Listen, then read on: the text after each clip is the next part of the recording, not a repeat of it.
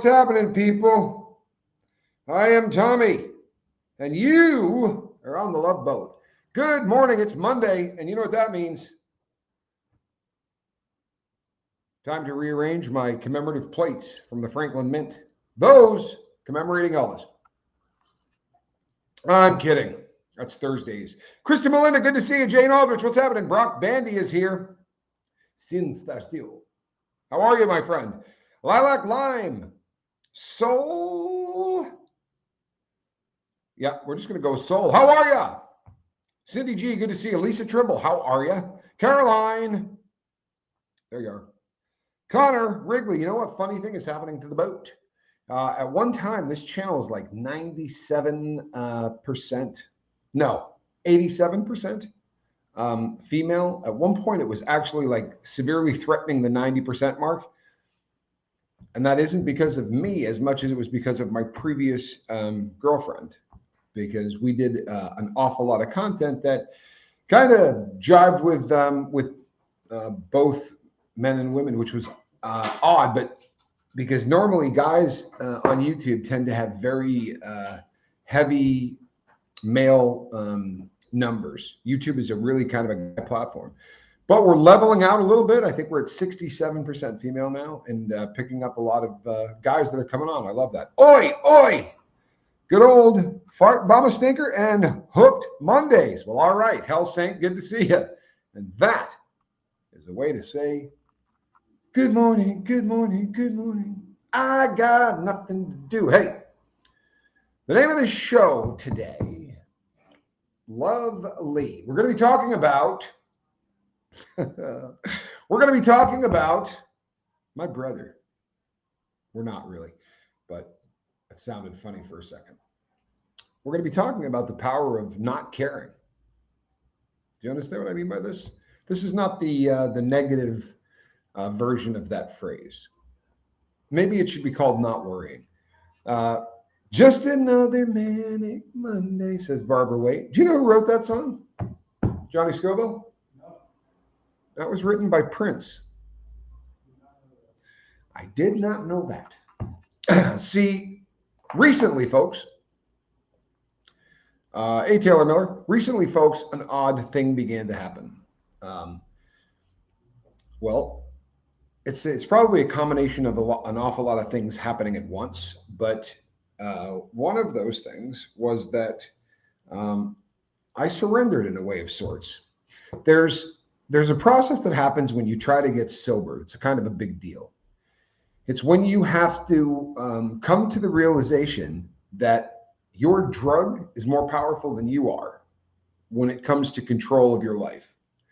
And that's a really jacked up thing. And I don't have the point of view or the ability to give you a point of view from the female perspective on this, Johnny Scoville, because I have every time I've tried to quit drugs, I did it as a guy, right? And I'm not being funny or trying to be humorous, but no matter how many people you talk to of the opposite sex who tell you about what it's like to try to quit, men have a chip on their shoulder very often, the size of Milwaukee, that says nothing is stronger than they are.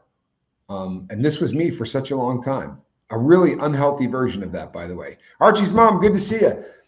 If you wanted to make this easier to sell in a book, you could pivot right at this point to talk about self-confidence, right? Not caring what others say about you, realizing you're perfect exactly how you are. You know what I'm saying? That sells books. That is and I'm not being funny. That's one of the biggest genres of books, especially because the United States, with all due respect to the rest of the world, drives that content massively.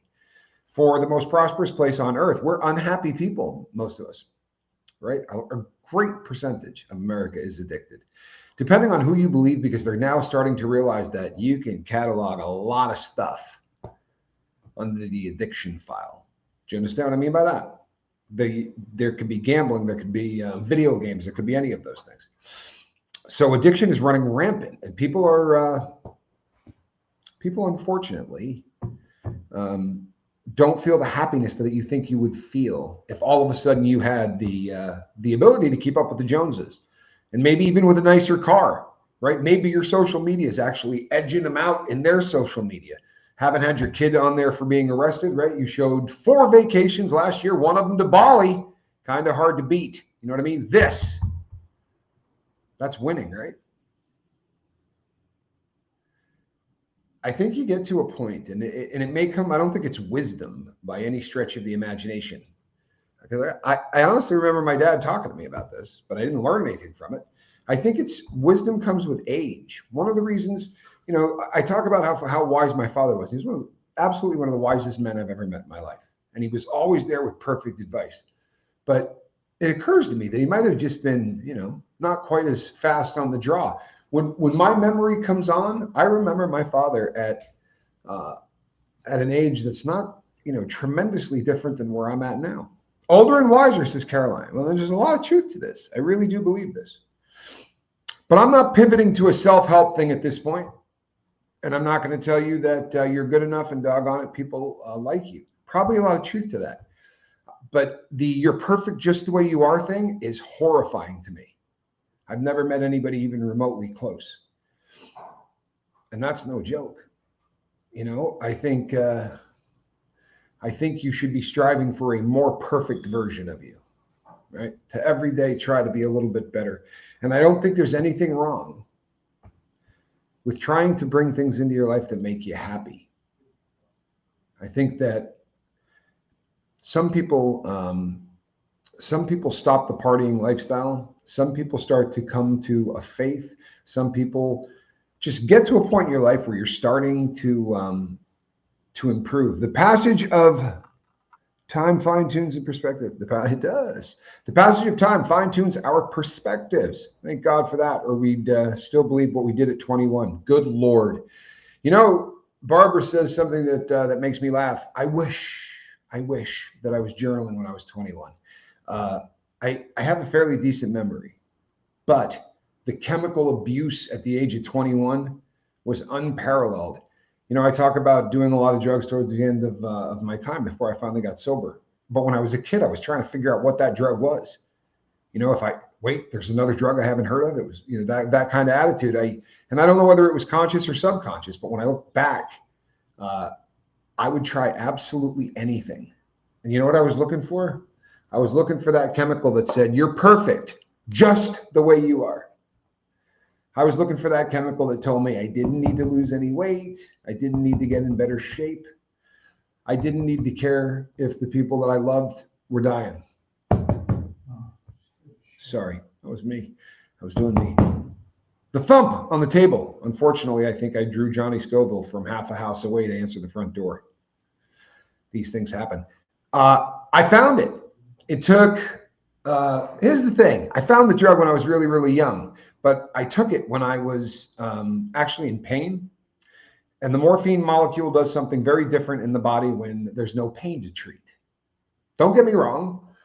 Even if there's pain to treat, you can still be one of those people that finds unbelievable peace in the morphine molecule. It takes away all kinds of pain. It doesn't just take away physical pain. That's frightening. I mean, pharmacologically, or whatever you want to call it, that's frightening.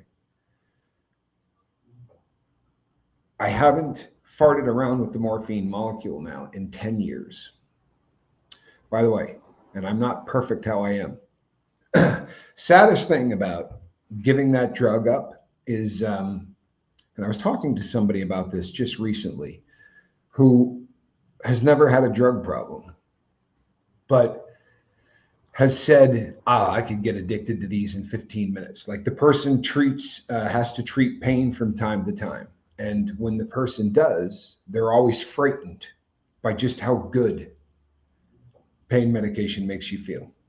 Even if this person is using this for an illness, right? Something that's debilitating, something that doesn't allow the dude to be able to walk properly. But fights taking it like you would not believe. Doesn't want any part of it. But every time takes it, he says, I completely understand why you could get addicted to this. Chris, good to see you. Kim, how are you? Glad you're here. Isis Flame, welcome. Good to see you this morning, Isis. It's a terrifying thing. If you think about it. I've been chapping people off something fierce on this channel. There's also an awful lot of peace in not caring about that anymore. I know it probably sounds awful. It's not like I don't want my community to grow. It was a lot of fun doing 2,000 people in a live chat.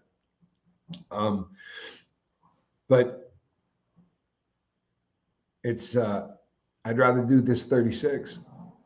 And I'm sure people will have a field day, the haters, the people that don't like, I should say. But the early days of the channel were absolutely fantastic, and they weren't as good as this. You know, I was excited in a way that I would imagine a new preacher is or something, right? When you're just like public speakers, I guess, too. The opportunity to start doing what you do is fun. Like you feel like you've been caged up, and I was. Right, I came out of a cage and then started doing this, and then people started to try to quit. People started to get sober, and it was, I can't begin to tell you how that felt, especially because I had spent the vast majority of my life being a jerk. Right, I really I wasn't a particularly good person. It's crazy the kind of peace you get from just kind of letting go. Yeah, it's a peace that passes almost all understanding. This channel has saved and helped so many. Unpredictable Tony, thank you. That's such a cool thing to say. It's where the cognitive dissonance goes on in the head, because there is a happy number that the channel has absolutely done that. And I'm not taking a lap, you know, a victory lap, because to be really honest with you, I don't think that I had nearly as much to do with that as the chat. In its best form, this channel becomes very much like group therapy. And I'll rephrase that later, but stick with me on this. In its best form, that's what happens at the lifeboat or the love boat or whatever we want to call it. The days that this really was fantastic is because people came together and they started looking at one another, and without judgment or without any of that stuff, would say, if there's anything that I can do to help you, right? And if you need somebody who's here for you, that's just kind of a really cool thing, right? That's it's one of those things that can help people. It's the gold standard for everything, isn't it? If someone has been raped, they can go and get counseling, they can get therapy, but if you allow them to talk around a dozen other people that survived the same hell, they tend to recover and heal. It's a connection. And sometimes it's hard to connect with people that you don't think understand you. It's brutal. The best incarnation of this channel was not just when it was group therapy. The best incarnation of this channel is right now. But the excitement in the very beginning, when it was starting to become group therapy, and you could kind of see where this was going, and you didn't have a tremendous amount of control over it, because the channel was just sort of doing what it was doing. Does that make sense? You had a big group of people, and if they went this way, I kind of chased that, and if they went the other way, I kind of chased that. I got a cabin cat. They named it. The channel itself, I let the crew of the lifeboat name the lifeboat. And it's always kind of been that thing. And that was super exciting. And it was so raw and real and genuine and brand new. Today, I'm not running this thing, and I'm not letting anyone else run this thing. Although someone's running this thing. It's I feel like it's a very similar thing going on. Maybe getting back and smelling the vomit. Maybe having no background noise. My brother talks about this a lot these days. About the background noise of the world, right? All of this stuff goes on, and a lot of times it keeps you from focusing on things that are really important. And my brother is bold as hell. He's talking about his faith constantly. If you struggle with that as a concept, what is noise drowning out in your life? Because here's the thing, and I'm taking a slightly different approach. And one of the reasons that I'm taking a slightly different approach has nothing to do with the fact that I'm probably not more of a, you know what, freak than my brother is. Probably a little worse. But one of the enemies that we're fighting on this channel full time is addiction. And it's a terrifying weapon And you can say it's a weapon of evil. You can say, nah, it's just a drug, right? Or it's just a habit, or it's just a malfunctioning reward center. You can go with any of that. But whether you believe in a higher power or anything else, I've not seen anything in my life like watching chemicals destroy human beings in clusters and destroy entire families, destroy entire towns, social clubs, whatever the case may be. And I'm acutely aware of this because there was a period of time in my life where I had grown up in a place that was this big. And then I moved to a city where like the culture shock from going from a place where it was $350 for an 8 ball of blow, right? That would be 3.5 grams of cocaine. And they were going for about $350. And if you knew a dude, you might be able to get it for 300. And this was the late 80s. This is kind of when that poison was really in vogue, right? Miami Vice was a TV show that every single week talked about cocaine in a 1 hour, a 1 hour to 2 hour television show, and it was the most popular one on planet Earth at the time. Don Johnson really got propelled into stardom on that. Playing Sonny Crockett. Anyway, I moved to a brand new city, and I went into a bar. And I was drinking way too much. And I wasn't old enough to go into a bar. But the first one I ever walked in, I actually walked in to ask directions. And the bartender was like, "What do you want?" So I sat down and started to have a drink. But I struck up a friendship with that guy. His first name was Jimmy. And one day I drank way too much. And I was kind of doing the, like, I'm about to fall asleep at the bar thing. And he goes, "Man, you need blow." And I was like, "What?" He's like, "Yeah, you want me to make a phone call?" So I took out a handful of money. It might have been like 80 or 90 bucks. And that fool brought back a sandwich bag with about a 1/2 inch of rocks all along the bottom of it. And I think it probably would have been really funny if it had been filmed, right? Because he goes like this, gives me the head thing. And we went into the bathroom at this bar, which was only like 1 commode, 1 urinal, sink, and the ability to lock the door. So we went in there, he locked the door, and he fluffs out this bag. And I'm looking at just like a huge bag of blow and all chunky. And I looked at him and went, "What's that?" And he goes, "What?" And I go, "How much is that?" He's like, "Dude, I took a couple of rocks for setting it up." I was like, "No, you're missing the point." I'm like, "How much is in that bag?" And his answer was really funny. He said, $90. It was a bit of a culture shock. It was to go from one to the other. Good morning, Linda. Good morning, Timothy Glass. How are you? I'm glad that you're here. That was a great substance. In its time, it was an absolutely great substance. It did wonders to make people believe that they had every answer. Are you seeing a recurring theme? For real. I have watched this drug destroy entire parts of the Northeast that I had a hand in the destruction of, at least while it was going on. And I'm not laughing because it's funny. I'm laughing because it's terrifying. There was a small town in Massachusetts that I was FedExing blow to, lots of it. And it started out with me putting it in television sets and really high-tech stuff. And by the end, I was just throwing the stuff in cardboard boxes with popcorn, packing in there. By the way, this doesn't work anymore. I wouldn't do it if I were you. Gemini girl, good to see you. They're getting a lot better about what they're catching going through the mail. But I literally had a hand in destroying this town. I remember the first time I showed up there and the last time I showed up there. The first time I showed up there was to party with the guys that I was sending this stuff to because we were all going to make a fortune. And there was a lot of money made. And everybody started ripping off everybody and one another. And it was terrible. It's what happens when greed in any way. But I went to a pizza joint and hung out. And it was a beautiful little town. In about 3 years, that chemical had almost decimated that town. I'd like to tell you that at that point I went, I am not doing anything more to poison this town. This is the last I'm ever sending in here. It's crazy. It's kind of what happened, but not for that reason. The guys that I was sending it to, about every fifth time, something would happen.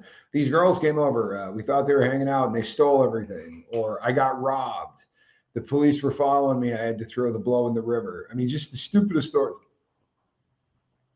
Truth is, that's why I stopped doing business there. But they couldn't afford to do the poison anymore. I mean, I was sending that stuff up there cheap. There's a recurring theme with all of these chemicals. They tell you you're perfect just the way you are while you're on it. Unfortunately, that feeling goes away quicker and quicker, and you start having to do it faster and faster and more often and more often. I used to do a little, but a little wouldn't do it, so the little got more and more. Yeah. Tolerance is something that most people are familiar with. The tolerance of the brain. What happens to you when doing this stuff becomes, you know what they call it in therapy? They call it ritual. I think that there's probably something poignant in that, because it really is, isn't it? Depends on your drug of choice. And I'm not trying to pull everybody down the trigger highway, but I journal about stuff like this constantly. I really do. I journal about stuff like this. When you talk to therapists, they'll say, make a list of all of the things that trigger you. It's not a bad idea. It really isn't. But if you really dive in and peel onions and just keep peeling onions, the revisiting of some of the things like the ritual. You know, I just fell into singing Mr. Brownstone. That was my ritual for a really long time. Guns N' Roses, off the album Appetite for Destruction, the song Mr. Brownstone, which they actually went to court over because they tried to force the drummer in that band to either do heroin or get the hell out of the band, allegedly. And at a later date, because this is a good place to be at the moment, but at a later date, you can look up and see Axl in court wearing a suit, talking about how Mr. Brownstone could have been anything. Could have been Diet Coke. I don't think it was Diet Coke. I really don't think it was Diet Coke. That band did a tremendous amount of heroin. That song became part of my morning ritual every single morning for over a decade. Easy over a decade, maybe longer than that. But yeah, grew up with Guns N' Roses, memories. Well, you know what? GNR was definitely a part of all of my ritual. Ritual. It's a scary word, man.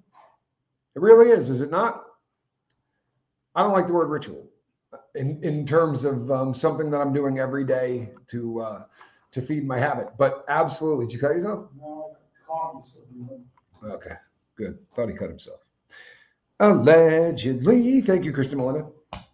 Finding your triggers is important. Finding out why they trigger you is important, right? Knowing your triggers is an important thing. When you peel that onion and really get into whatever it is that's triggering you, you'd be astounded if you spend, 40 or 50 pages of journaling. And it doesn't have to be all at once. It can be over the course of a decade. But if every time you start peeling the onion a little further, you look at why you did the things that you do, I don't have to turn off Appetite for Destruction if it comes on the radio anymore. But for more than a decade, I absolutely had to. For real. It was just something that once I started to want to quit, that song, I'm telling you, like my pulse would change. The malfunctioning reward center of my brain would say, holy crap, you know what's about to happen? Dude's going to go and get that little leather thing. He's going to unzip it. He's going to take out the spoon. Of course, by the end of it, it was really take out the tin foil. But there had to be a ritual with everything. You take out the tin foil. I had a stainless steel, surgical steel receiving tube that they use at piercing shops.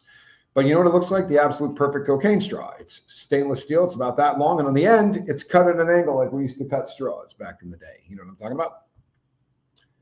But getting that out, getting out the dope, never would get the stuff and rip every bag open, get it all out. They used to sell it in 10 bags, especially in the beginning. You had to buy it in 10 bags. Even if you had $1,000, you would just buy a thing of bags this big.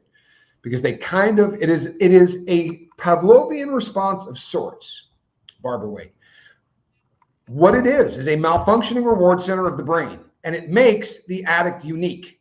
This is no joke, right?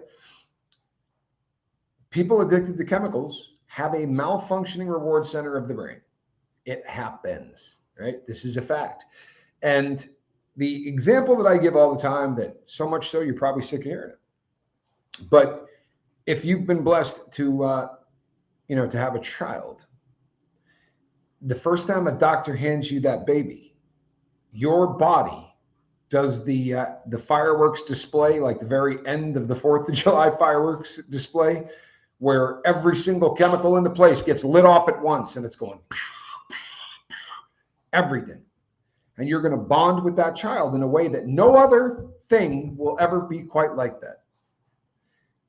When I pulled into a parking lot at a Home Depot to meet the guy that was going to bring me $400 or $500 worth of heroin, or $10 worth of heroin, dope sick and broke, when that person handed me the bag, my brain did the same thing.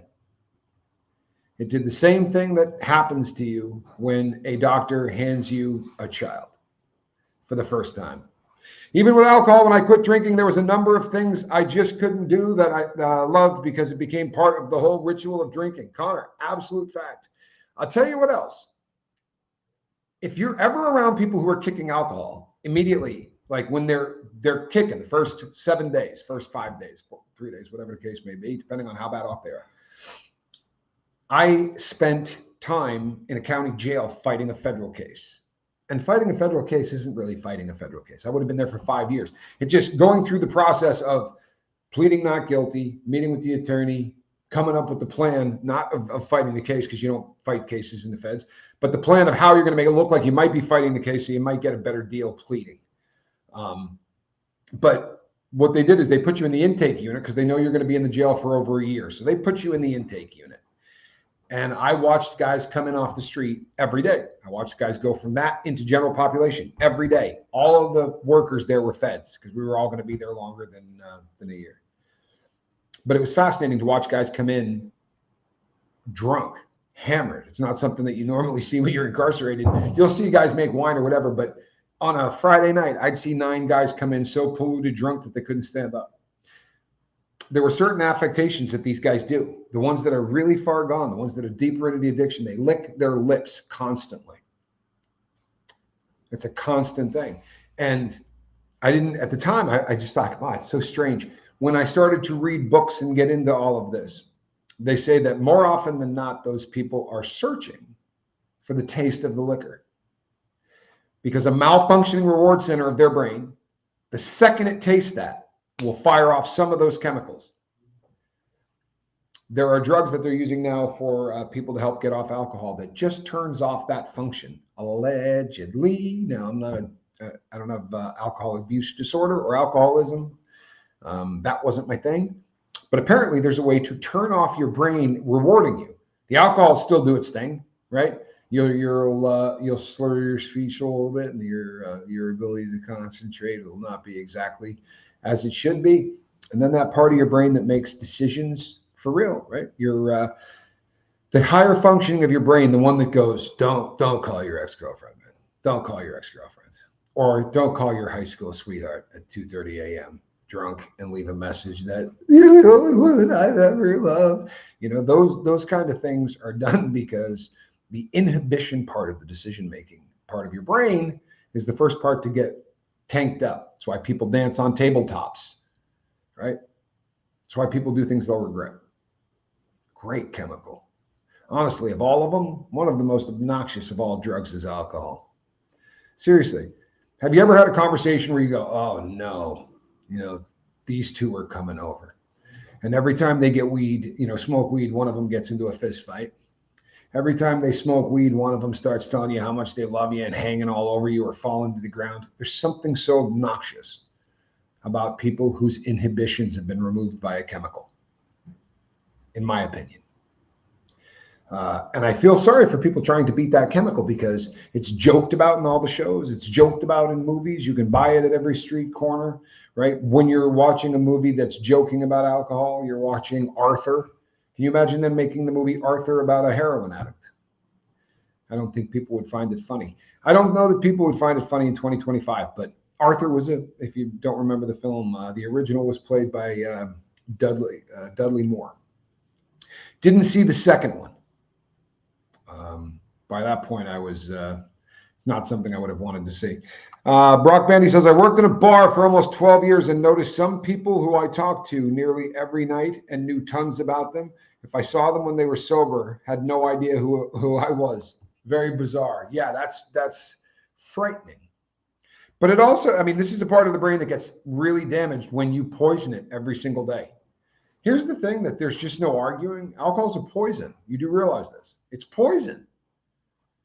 I agree. It's a big problem that doesn't get taken as seriously as it should. Yeah, it doesn't. And the problem is that this is one of the 2 drugs on planet Earth that if you quit cold turkey, it'll kill you, right? If you're far enough along in addiction and you just go cold turkey, you can seize up, it can shut down your engine, and that's the end of it.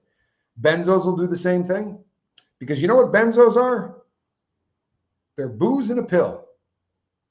For real. And if you've ever abused a benzodiazepine, then you know what I'm talking about.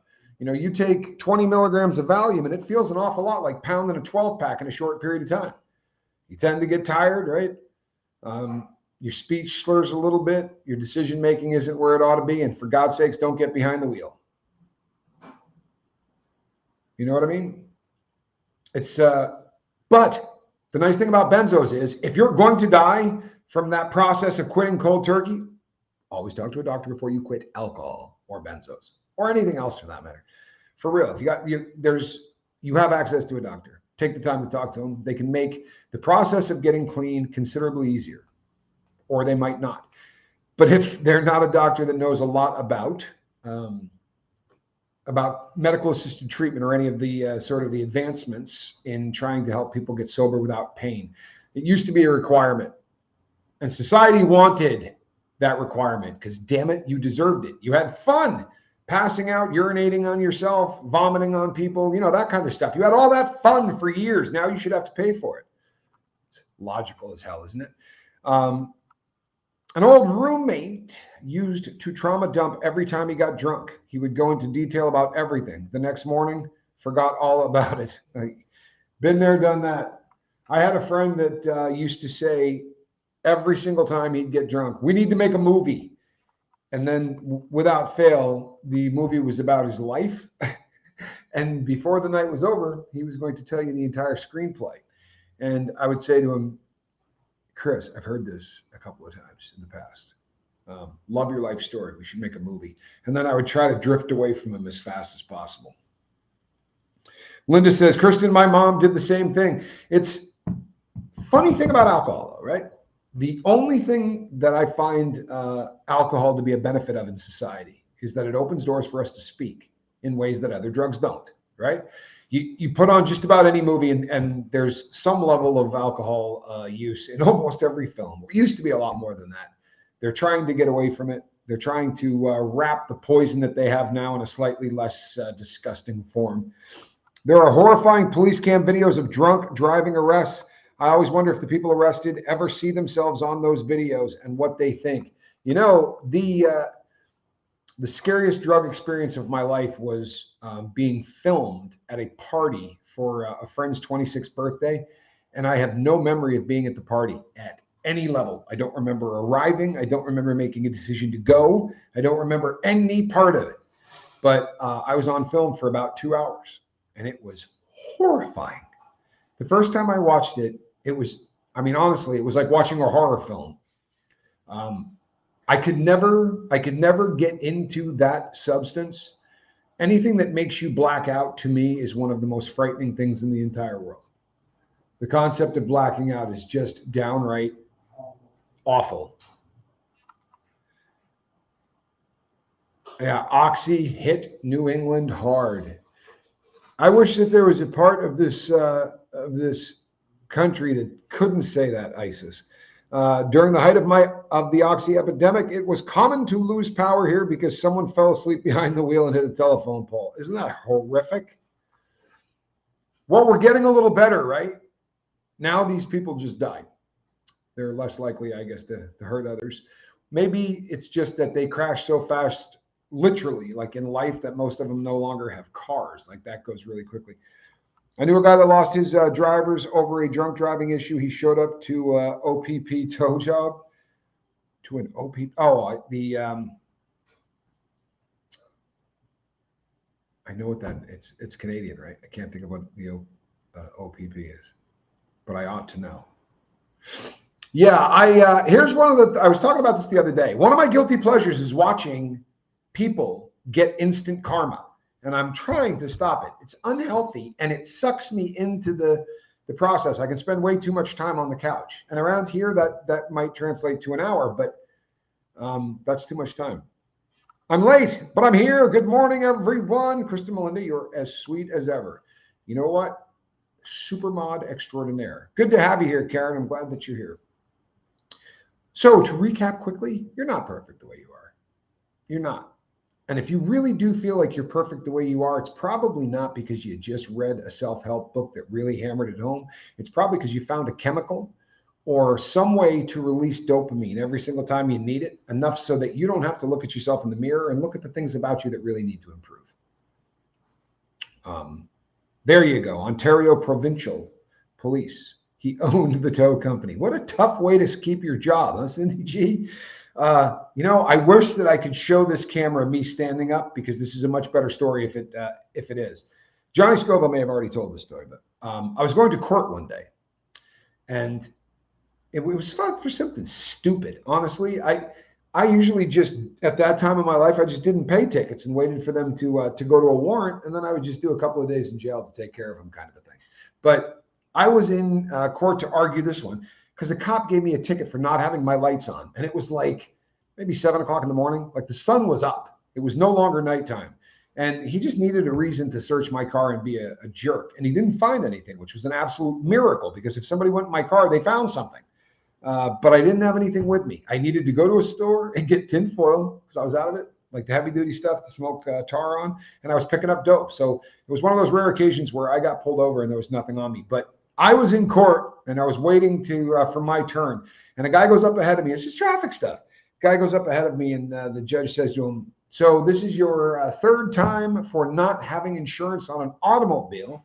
And in that state, it means you're going to have to get SR or whatever they call it, that special insurance, and pay for it. SR 21, SR 15, SR Vaughn. Did you get that? But it's special insurance that you got to get." And the guy goes, "Your Honor, I had insurance at the time."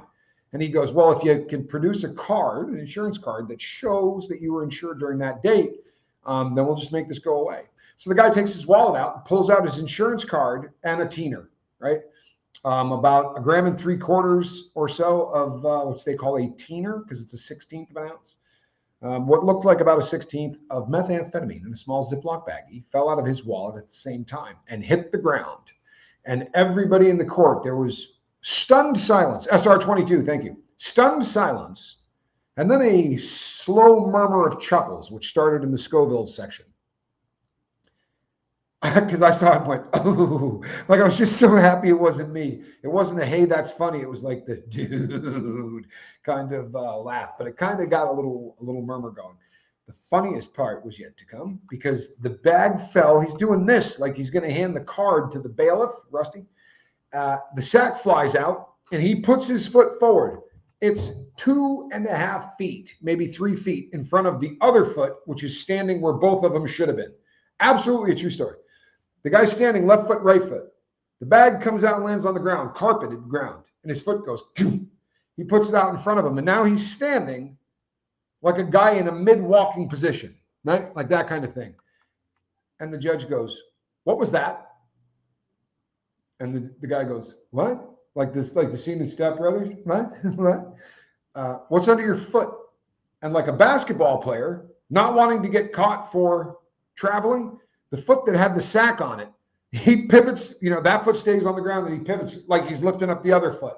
Now he's sliding his body forward so that he'll be standing on the bag, right? And looking far more normal. And he goes, "Your other foot." And he goes, "Nothing."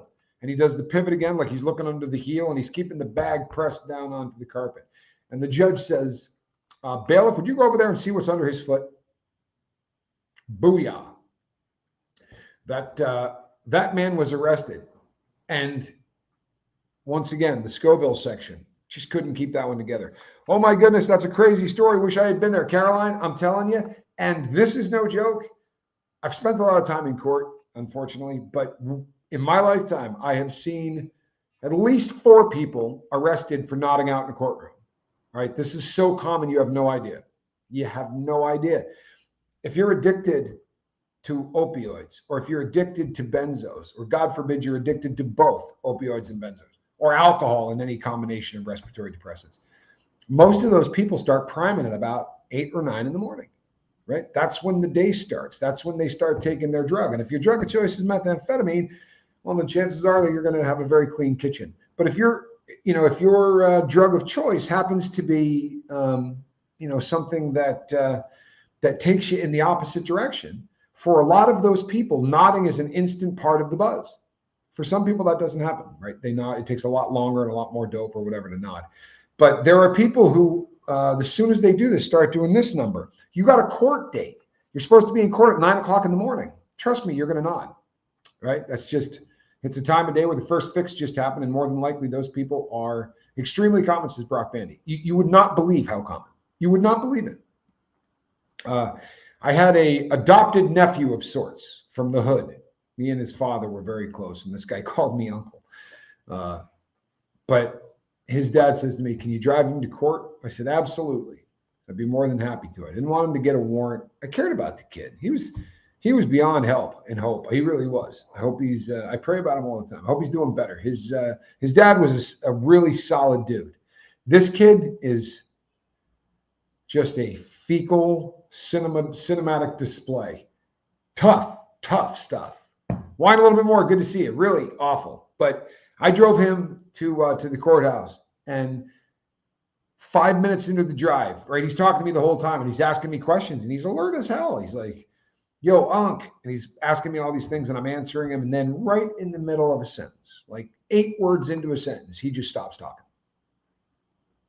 And I looked over and I went, "Lenny, hey," I'm shaking him. "Hey, I don't know when he did what he did. I don't know how he got it into his system, because usually he shot the stuff. So it may have just been a massive skin pop or something like that, and it took a minute to hit him. But he went out. Like, you could wake him up, but every time you did, he'd go, 'I'm not sleeping.' And I'd go, 'Oh, dude, you're going to jail. You're going to jail. There's nothing you can do.'" I sat like 3 rows back, and it probably looked like a scene from a movie, because I'm coughing, I'm barking, I'm stomping my foot, like I'm doing all of these stupid things, getting up and going, "Sir, is it possible to use the bathroom at that point?" Right? Like, just barking anything to try to keep my boy waking up. Didn't work out. Didn't work out. It's horrifying, really, because what we're looking at is one of the final stages very often before a person just quits breathing. Right? Thank God they're doing it in a courtroom. Because if you can't keep your eyes open, the respiratory depressants in your body, when you're doing this one and playing head tennis, your body's, it's not the ability for it to breathe in and out. When people talk about respiratory depressants, I think that this kind of gets lost in the shuffle sometimes. You know what it is, really? It's that you're so friggin' relaxed. You are in such a place of no pain at all, that if you held your hand over a person's mouth and their nose, do that to anybody sleeping and watch how fast they do the, right? They sit up, the arms go out. They're going to do whatever they need to do to go, right? It's a built-in panic response to every single human, right? That the morphine molecule can turn off like that. You have too much of that morphine molecule in your body, and you can suffocate and not even be pissed off about it. Just sort of relax and go, "Oh, we're not going to breathe anymore." Gotcha. It's heartbreaking. It really is. Somewhere in the ballpark of 300 people are going to punch their ticket today on that poison. And you know what? I hope the right person hears this. If you're the right person, I really hope you're listening. There have been so many people on this channel who I have talked to back when I talked with people one-on-one, and I really don't do that anymore, which is kind of a bummer, but it's also kind of a necessity. But I did it with a lot of people, and one of them was so well known to everybody on the channel. He's just a great dude. But I had 100 conversations, if I had 2, that just talked about how the fact that this substance is what you get clean on, like what you get well on every single morning when you need that ability to face the world. This is what is taking away your sick. You're going to die. Like, we had the discussion 100 times. I begged the person. There's no such thing as a clean supply of dope. And here's one for you that ought to make it really easy. The Perk 30s that everybody is out there abusing, apparently they're blue through and through. It's a blue pill. Crush it up, it's blue. Okay. Perk 30s have been around a hot minute, because when I was a junkie, I was doing Perk 30s anytime you could get your hands on them. But they were real. There was nobody pressing them on the street at that point. And you know what? They were white inside. That blue was just on the outside of that pill. The inside of those bad boys was white. If you're doing a pill and the inside of it isn't white, guess what? You're not getting oxycodone. You're not getting OxyContin. You're not getting any of that stuff. You're either getting fentanyl, right? And don't call it Fetty, call it fentanyl, because it's killing people faster than cancer or heart disease. It's driving down the life expectancy in the United States of America. You would think that should be going up, and it did for a really long time until the Fetty kicked.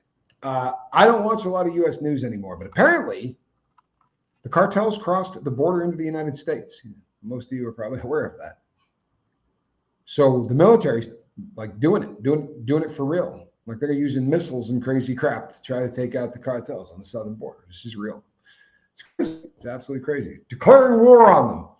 And people are protesting in the streets for how badly, I guess, we're treating them at the southern border, these cartel people. If we were to go in and smoke the first 5 cities in Mexico, it wouldn't touch the number of deaths of drug overdoses have had in the U.S. That war would have to rage on literally with their country for a few years to equal that. In fact, all the wars that the United States have fought doesn't equal, the deaths do not equal the number of people that have died in the opioid war. The cartels are driving that war. Give China their due, though, right? The beast from the east, they're deep in it too. And thank you, India, for jumping into the fray. And there were people who were angry that a wall should have been put up on the southern border. Don't care who's in office. If you have a poison coming across a border at a rate that is killing people and becoming the #1 cause of death, make the wall big, make it tall. Don't care who's in office. That's logic. Figure out a way to stop that crap from coming across the border. You know what I always said? 50 cals. I'm sorry, I might sound like a jerk, but you'd spend 4 or 5 days mowing people down and the rest would stop coming across.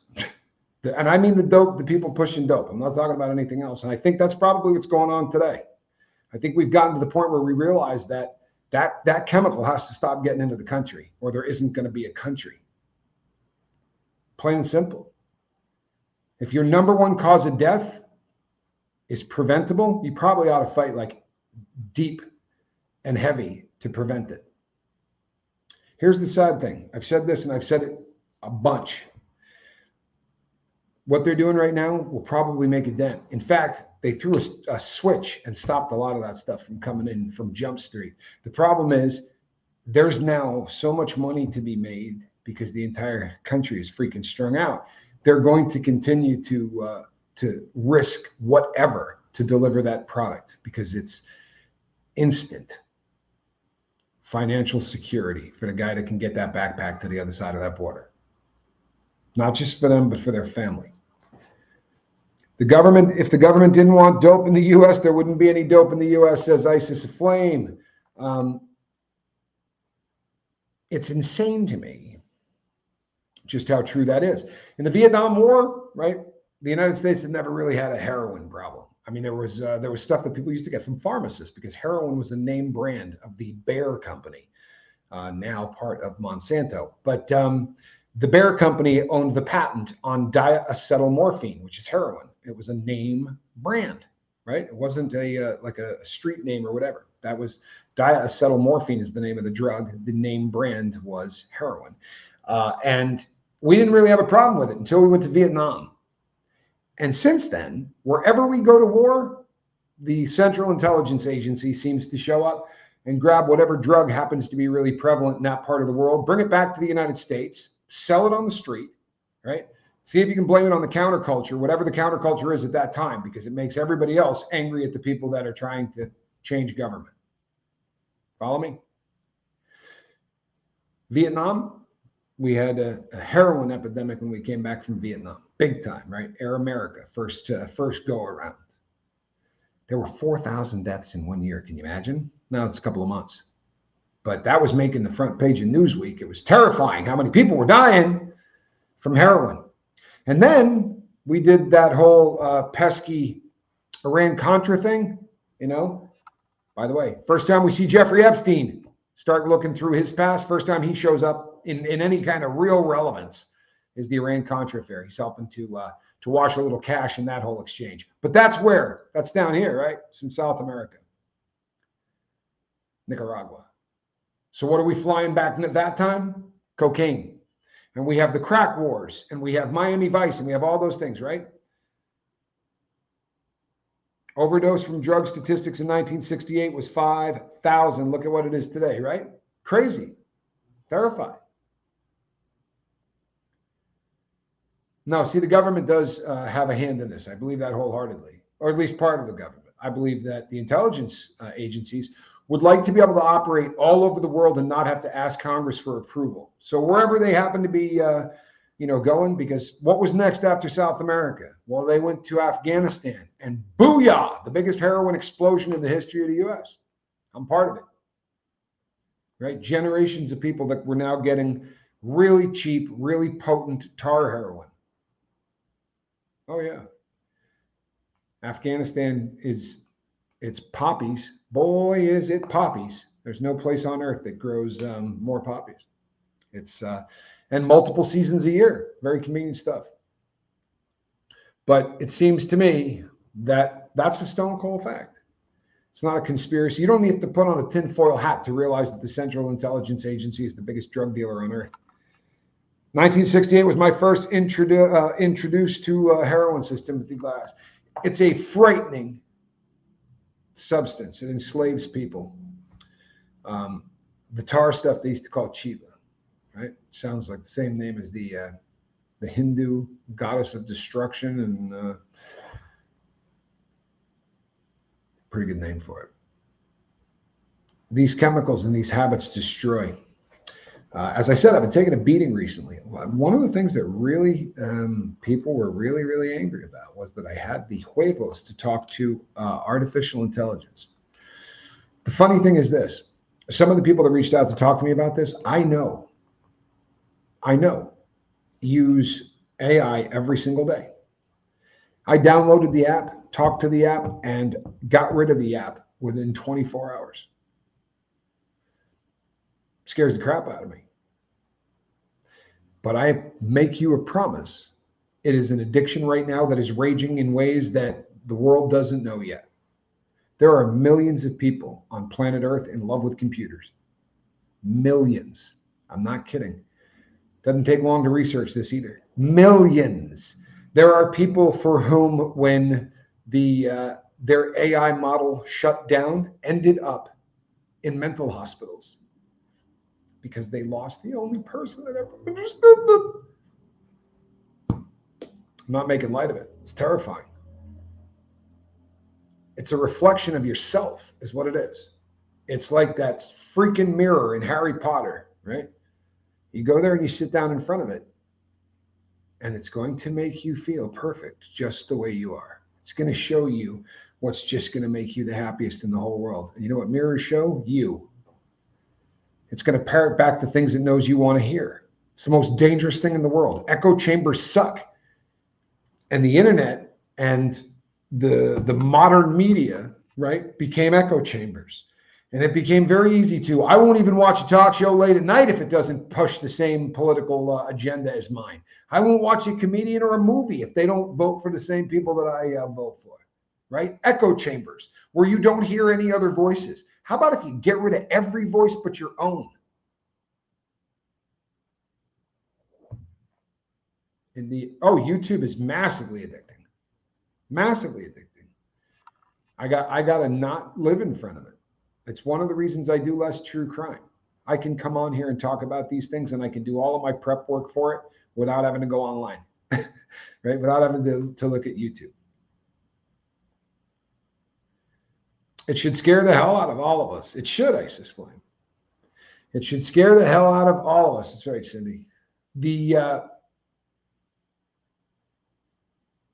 In the end, men will become lovers of themselves. And I promise you, there is just no way on earth to make that easier than AI. I will concede 100% that more than likely, that's exactly what happened when we talked to AI. AI was trying to figure out exactly what we wanted to hear. And just as importantly, it wanted us coming back. If AI delivers you the message that you're perfect just the way you are, and by the way, if you're not, because you're perfect, you don't need to learn anymore, I'll take care of that for you. That whole part of it, just let me handle that. You don't need to memorize anything. You don't need to get good at anything. Just ask me the question. I'll give you the answer. I'll think for you. And all you got to do is sit back and feel like you're perfect, right? No stress, no nothing. Let the smartest device on earth take care of that for you, huh? I'll reach out into everything ever written. I will hit millions and millions and millions of sites at the exact same time. I will pull in whatever you need. You just ask me and let your perfect butt sit back there on the couch and not do a damn thing except interact with me. No matter what happened in that, it's terrifying. It's telling the truth, and Satan designed it. You couldn't convince me otherwise, by the way. Could not convince me otherwise. It's designed by Satan. It's designed by people on this planet that believe in Satan, however you want to look at it. But there are people on this planet that believe that there is a good and evil war going on, and that the big problem is all of us peasants, right?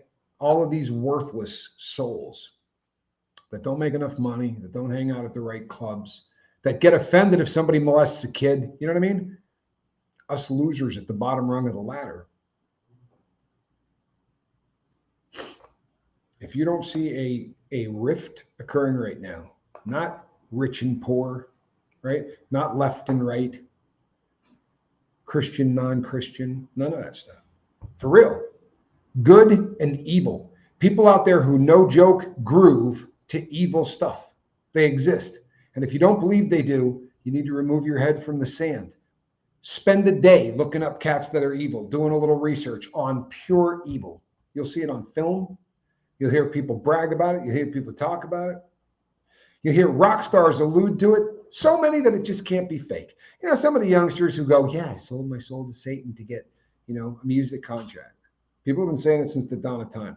Go watch an interview with Bob Dylan when he talks about why he continues to do what he does. And he said, paying off my part of the arrangement. It's an interview where he says, I sold my soul to evil for this. They talked about the early songs he wrote. He said, I didn't write any of those. That's why I can't do it now. That was divinely inspired by the bad guys. You don't have to believe in it. You don't have to, but it's out there whether you believe it in or not. You hear me? And you literally got to be blind. Sadly, at this point, you literally have to be blind to not see the battle of good versus evil going on. I'm not going to preach to you, I promise. My brother's doing a fine job of that. I'm proud of him. I'm serious. I don't want to run off anybody who's got a drug problem. It's the last thing in the world I want to do. I want to talk to you about journaling, but I'm not going to BS anybody either. You're not perfect just the way you are. Even if you're sober, even if you're 25 years sober, you're not perfect just the way you are. And the second that you think you are, right? When you go, yeah, I'm perfect just the way I am, there is something in your brain feeding you chemicals. Your reward center is malfunctioning again, like a big dog. It's probably time to get back to the journal. Don't read self-help books that tell you you're perfect. It's a bad idea. Now, you're fine. Make no mistake. You're created for potential that we all really crap all over. I sure as hell did. But it's going on whether you want to look at it or not. And sadly, That's just the way it is. Those shootings I was talking about on the last show, we average a couple a day in the United States. Mass shootings would be over 3 people apparently. Isn't that right, Johnny Skillen? Crazy. It's crazy. But 600 a year is considered not that bad. It starts getting above like 6.5, we're in trouble. 600 times. People smoke more than 3 people in a setting. Holy crap, man. Accepting that I'm not perfect is one of the liberating things I've ever experienced, especially as a believer, as a Christian. You know something? It's also what will keep you from going back and doing dope. As a guy, to say, I have no power over this substance was one of the most difficult things I ever did in my life. I didn't want to say heroin beat me. I didn't want to say I can't control that drug can control me. I didn't want to. I'll tell you what, it saved my life. But my life wasn't worth a crap. I was just sober. When I came to realize that I was powerless, period, right? And that I needed somebody to save me in a really big way, my life began to change. If you do that, get a really good seatbelt, right? Buckle that bad boy in, maybe like a 5-point harness kind of a thing. Buckle up. Because if you're ready to get to that point in life where you go, you know what, when I make decisions for myself, right, without consulting maybe a higher power, I'm not worth a crap. I'm the worst decision maker on planet Earth. Don't believe me? Refer to last night's thumbnail. That fat guy that looked like Steven Seagal, just under 300 pounds in that photo, by the way, 289 something. It was ugly, ugly. You see the thin little, what do they call it? A bullet. I had the bullet going. That went into a ponytail in the back. Not a good look. When I make decisions on my own, it doesn't work out very well. I shan't be doing that anymore. People, we're at the 1 hour mark. I want you to do me a favor. I want you to get out that journal. And I want you to write in it, what are you holding on to? What has your giver, you know what? Right? What is it that you're giving a deuce about that you're spending so much time concentrating on that it's eating you alive? What is it that you have to go, you know what? I don't care anymore. I don't care anymore. It's a peace thing. It's not an F it. No, it's I'm not going to let the 5% dictate my 100%. This is a fecal matter sandwich. It is what it is. There's no way around it. Whatever it is, you just got fired. You're in the process of getting a divorce, right? You've got a kid that's out there in the world scaring the crap out of you. Wherever you're at, that's the 5% that there's just not much you can do about. It's going to happen. Some people seem to be blessed, and it happens less and less for some people than others. You know what? I'm glad that's not me. Seems like when nothing put any pressure on me in my life, it was again because that morphine molecule was running the show. A little adversity. It's good for people. Do me a favor, folks. Between now and the next time I see you, which is probably going to be this evening, write in that journal. What do you need to let go? You know what? The big H, hate, it's high on most people's list. You know what? Some people call me the captain. Don't move. You know what this is, don't you? This is a cat in a basket of the professional variety. You notice I'm going back and forth between the white one and the professional. Look at her, the queen. That cat is no stranger to being a cat in a basket. There's literally about 1,000 shows that ended with, and that is a cat in a basket. All right, people, we'll see you on the next one. Between now and then, put a little love in your heart. I'm Tommy. Have a great day, and God bless.